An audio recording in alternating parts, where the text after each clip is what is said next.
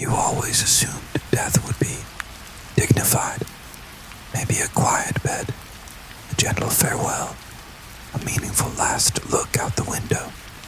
Instead, you trip on your own robe, fall down the palace stairs, and die, naked, confused, and overheard. Welcome to history, where death doesn't just come for you, it comes with jokes. And tonight, it's laughing at you. You are now officially a time traveler with no plot armor. You won't die valiantly in battle. You won't go down in legend. You will go down in embarrassment and maybe a chamber pot. Tonight's journey winds through dusty archives and royal halls, bathhouses and battlefields, following the footsteps of great men, brilliant minds, and the occasional goat, all of whom met their ends in ways that make you question reality and your grip on a banana peel. Dim the lights, slip under the covers, and prepare to face history's least flattering eulogies. Chapter 1. The Turtle Strike, the Death of Aeschylus. You wake up in ancient Athens, 456 BC. The sun's sharp, the air's sticky with sweat, olive oil, and philosophical angst. You are Aeschylus, father of Greek tragedy. You've written plays that will survive empires. You walk with purpose. You think in metaphor. You're a walking TED Talk in a tunic. But fate doesn't care about your legacy. Above you, an eagle soars, majestic, divine, and hangry. Clutched in its talons, a tortoise. Its goal, crack the shell on a rock to reach the meat. Its mistake, thinking your bald head is a rock. You drop dead instantly. Skull cracked. Turtle, fine. You don't become a cautionary tale. You become a mythological misunderstanding. Even in death, your name carries weight. Unfortunately, it's the weight of a flying reptile. Chapter 2. Death by fan service. Draco's cloaked exit. Now you're in a theater in ancient Greece. The crowd is on fire with excitement. No TikTok, no Netflix, just good old-fashioned.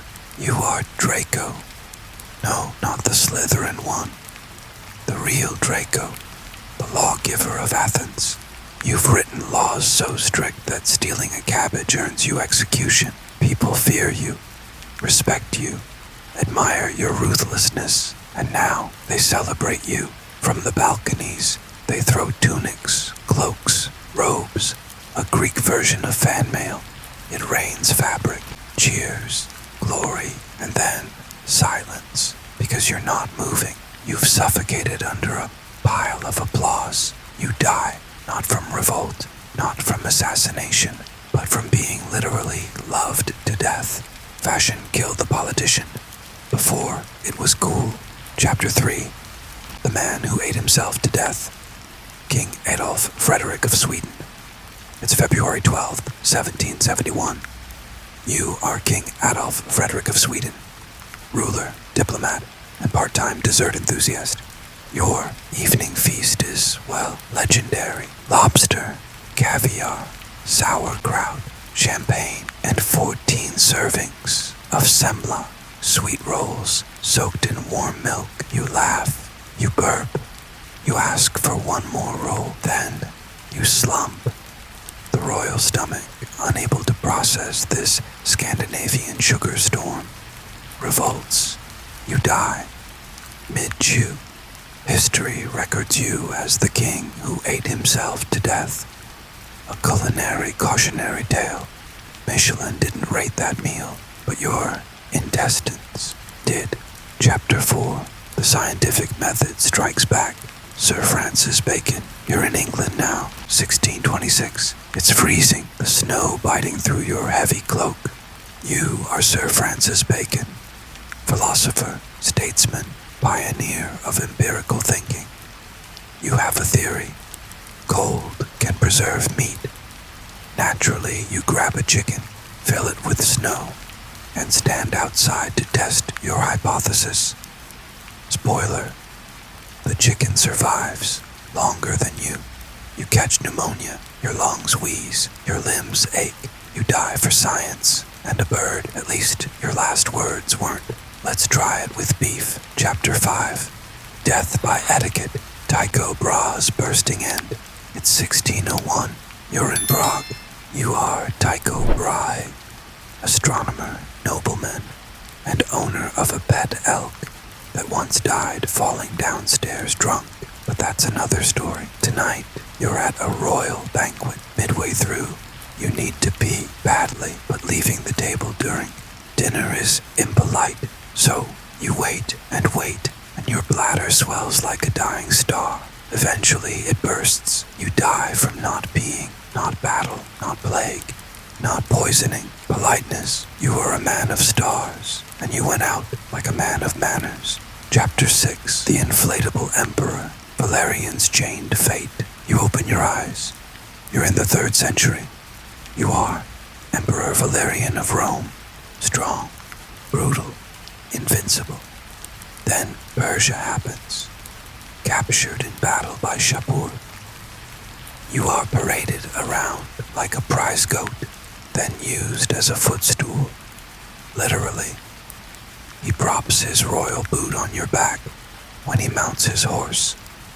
Eventually, you're killed, skinned, and stuffed with straw. Your hide, once emperor's flesh, now a trophy. You are Rome's first emperor to be taken alive by an enemy, and Rome's first emperor to end up taxidermied. Chapter 7. The Poet Who Drowned in Ink. Libai. You blink.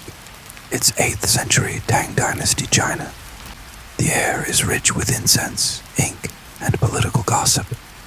You're Libai, legendary poet, alcoholic visionary, and all-around romantic catastrophe. You're on a boat, a small one, alone, but for a jug of wine and the moon's reflection on the water. You've written hundreds of poems, but tonight, one is stirring within you. Something about moonlight, loneliness, longing. You stand up. You toast the moon. Then you lean closer, closer, too close. Splash.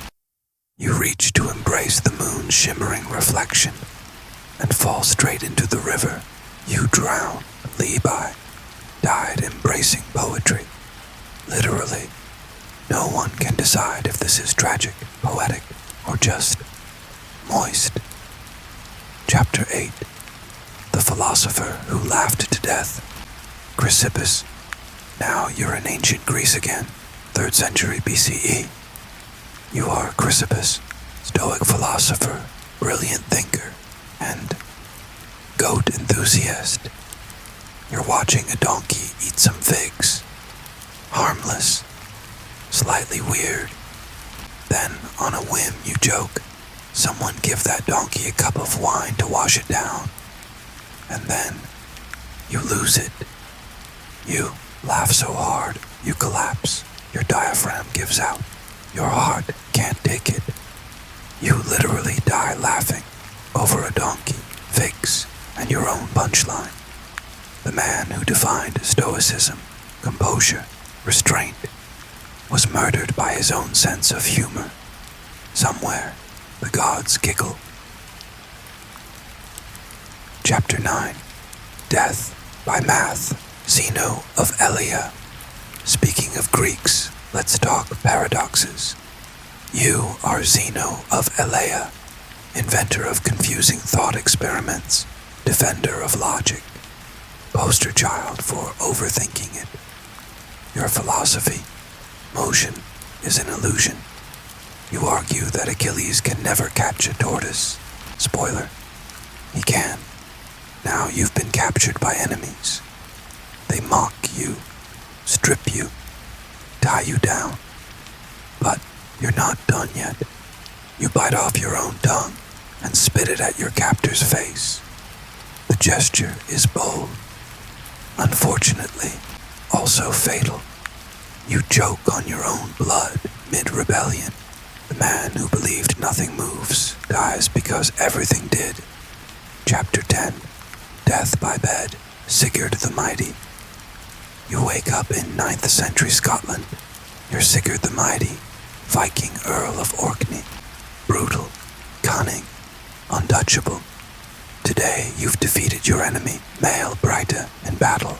You behead him and tie his skull to your saddle like a grisly trophy. You ride home, triumphant, except Bright's teeth are still as intact. The head bounces against your leg as you ride. One tooth cuts your calf. You laugh it off, but the cut festers. Infection sets in. You die days later. From a dead man's mouth. You won the battle. You won the war. Chapter 11. Death by Book, Clement V. You are Pope Clement V. It's 1314. Your robes are heavy. Your throne is higher than most houses. You've just heard of the execution of the Knights Templar, an order you helped destroy. Justice, you think, or politics? You try to speak. A stroke silences you. Then fire consumes the building you're in. You don't burn, but your burial does. Your corpse is placed in a grand tomb, filled with incense, gold leaf, and a slightly too close candle. The tomb catches fire. You burn anyway. A pope set ablaze at his own funeral. Divine irony. Chapter 12. Death by Theatre, Molière. You blink again. 7th century France. You're Molière. Playwright, satirist, provocateur. Tonight's performance. Le Malade Imaginaire. The Imaginary Invalid. You, of course, are playing the lead. A hypochondriac. You cough on stage. The audience laughs.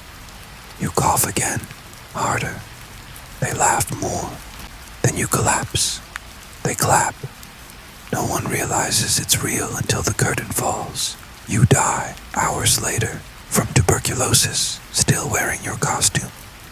The man who mocked medicine died while pretending to be sick. You couldn't write that twist better. Chapter 13. Death by Sealing. George II of Great Britain. You're in 1760, England. You are King George II. You hate bagpipes, love porridge, and run the largest empire on earth.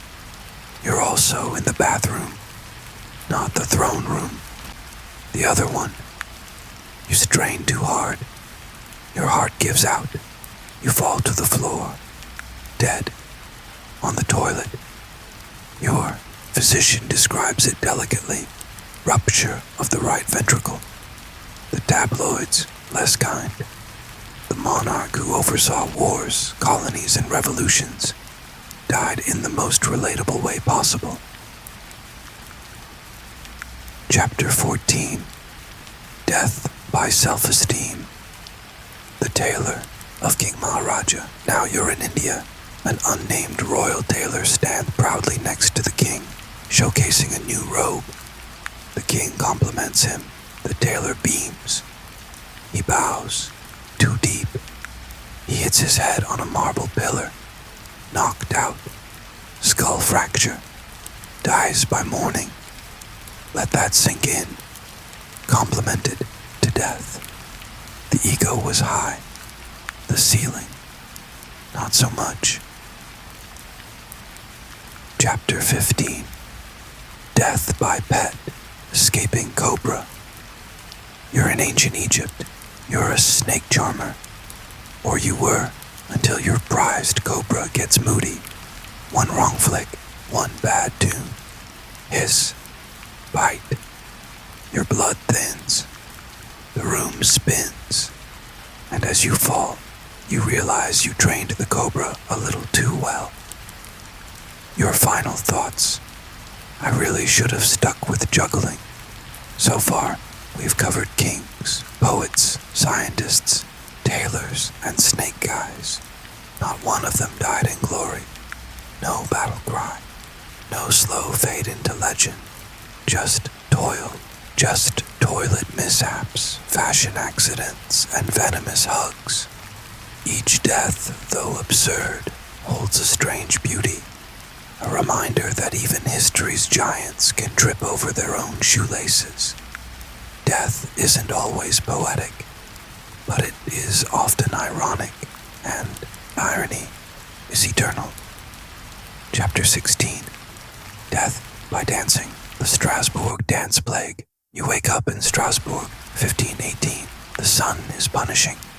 The cobblestones are burning beneath your soles. You've been dancing for hours, not at a party, but in the street. No music, no drums, just compulsion. You're not alone. Dozens, then hundreds of others join you, swaying, spinning, collapsing, getting up again. Your feet bleed, your muscles twitch. Still, you keep moving. No one knows why. Mass hysteria, poisoned rye bread, satanic possession.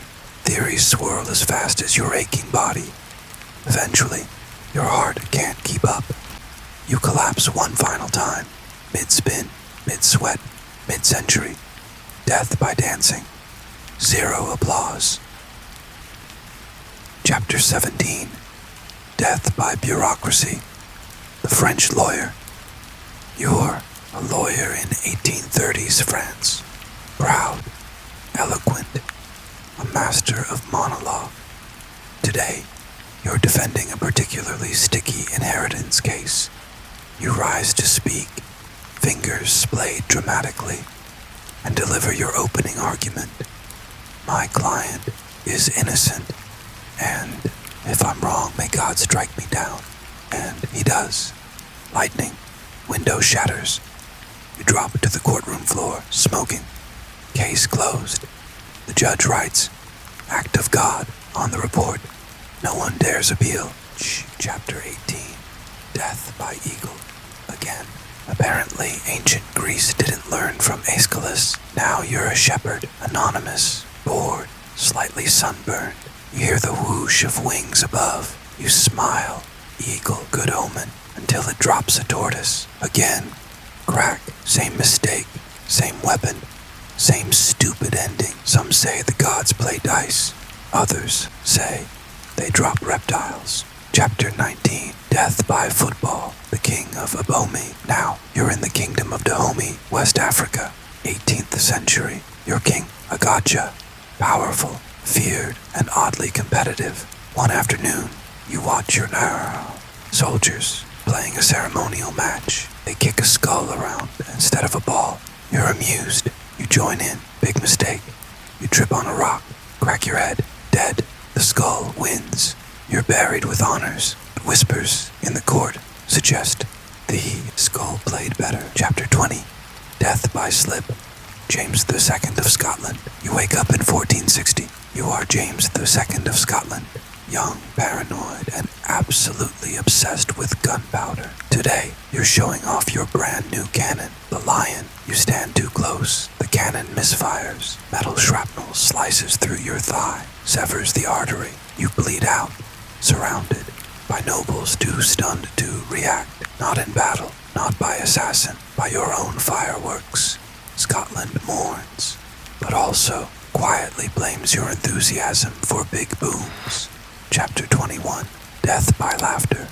Alexander of Greece. Fast forward to 1920. You're King Alexander of Greece, a modern monarch with ancient problems. One day, you're walking in the royal gardens when your dog gets into a fight with a monkey. Naturally, you intervene. Mistake. Another monkey appears and bites you. Tiny, angry, surprisingly venomous. You think nothing of it. Days pass. Infection spreads. You die of sepsis from a monkey bite. The monarchy mourns. The monkeys do not. Chapter 22. Death by beard. Hans Steininger. Now you're in 16th century Austria. Your name is Hans Steininger.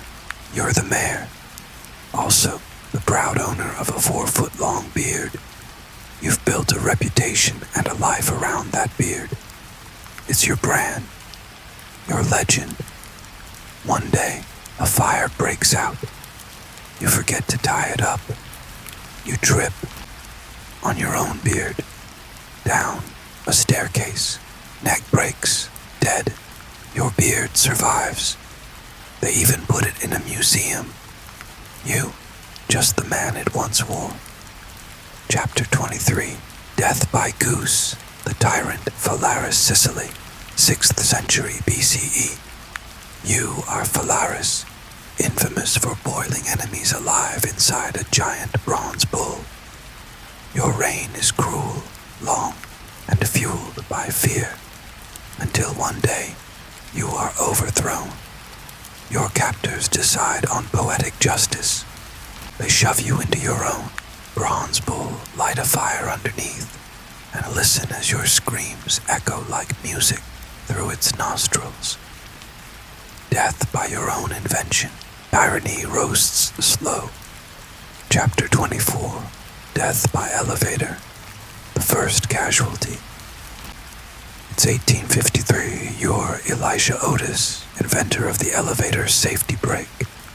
You want to prove it works. So, in front of a packed New York exposition, you ride a platform high above the crowd. A blade severs the rope. You fall.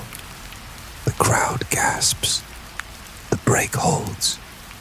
You survive. You feel immortal.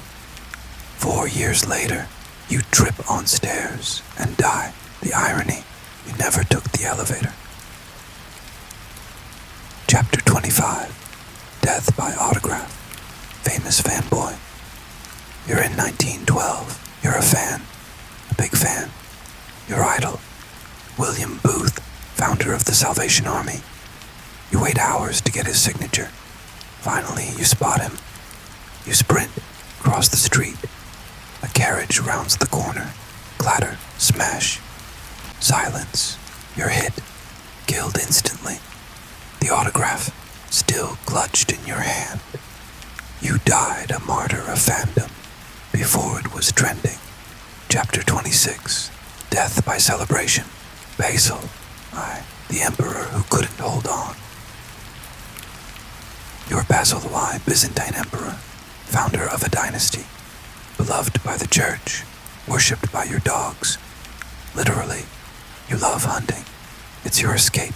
One day, after a glorious stag chase, you're riding back toward the palace, flushed with victory.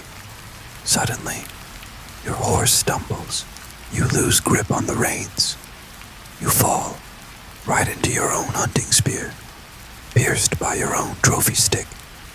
It's not war, not betrayal, just butterfingers. You ruled an empire, but you couldn't ride it out. Chapter 27, Death by Slap, the delicate diplomat France, 1567. You are a nobleman, diplomat, poet, peacemaker, not a fighter. An insult is thrown across the room. You respond with a slap, meant to be light, symbolic, theatrical. But you chose the wrong cheek. The man you slapped draws his sword. 2 minutes later, you're lying in your own blood, asking your aide to tell your wife something poetic. He forgets it instantly. The moral: never slap anyone who carries a sword indoors. Chapter 28, Death by Lecture. Jerome Irving Rodale. You're Jerome Rodale, founder of the organic food movement, a healthy living icon. You're recording a television interview in 1971. The interviewer asks your thoughts on death. You respond, "I'm going to live to be 100 unless I'm run down by a sugar-crazed taxi driver." Moments later, during the taping, you slump, dead, massive heart attack, no sugar, no taxi. The interview never airs, but your words, immortalized, Chapter 29, Death by Experiment. Gary Hoyle's final curtain. Modern times now. You're Gary. Hoy, a Canadian lawyer with a flair for dramatics. You're in a skyscraper, explaining to a group of law students how the building's windows are unbreakable. To prove your point, you hurl yourself against the glass. It holds. The glass does not break, but the entire pane pops out of the frame. You plummet 24 stories. The window didn't shatter. You did. Chapter 30, Death by Coffee Table, the final chapter. And finally, you're just you. Maybe it's 2025. You're sitting at home, watching this very video. You stand to get a glass of water. You stub your toe on a coffee table. You curse, trip, slip, fall, knock your head on the countertop, black out. You don't wake up, and your final thoughts. Seriously, that's it. Because that's the point. Death isn't always poetic. It isn't always earned.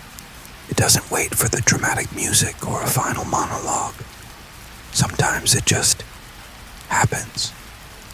In these deaths, a theme repeats. The absurd often rides shotgun with greatness. A man invents a bronze bull and is cooked in it. A king saves his dog and dies from a monkey. A philosopher jokes about a donkey and dies laughing.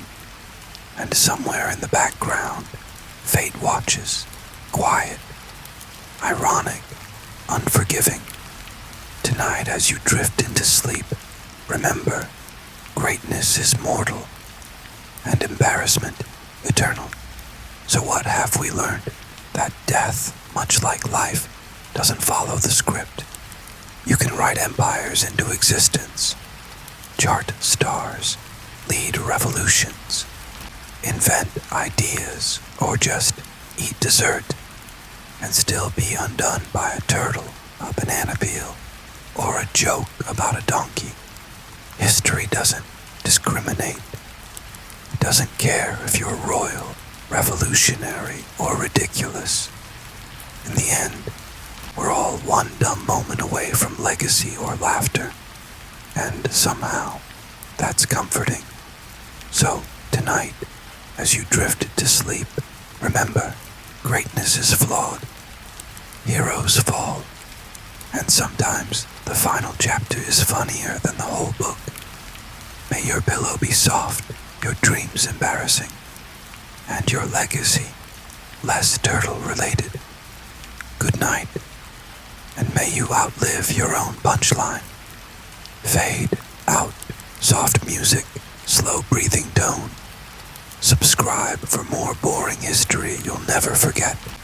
Comment, what's the weirdest way you'd refuse to die?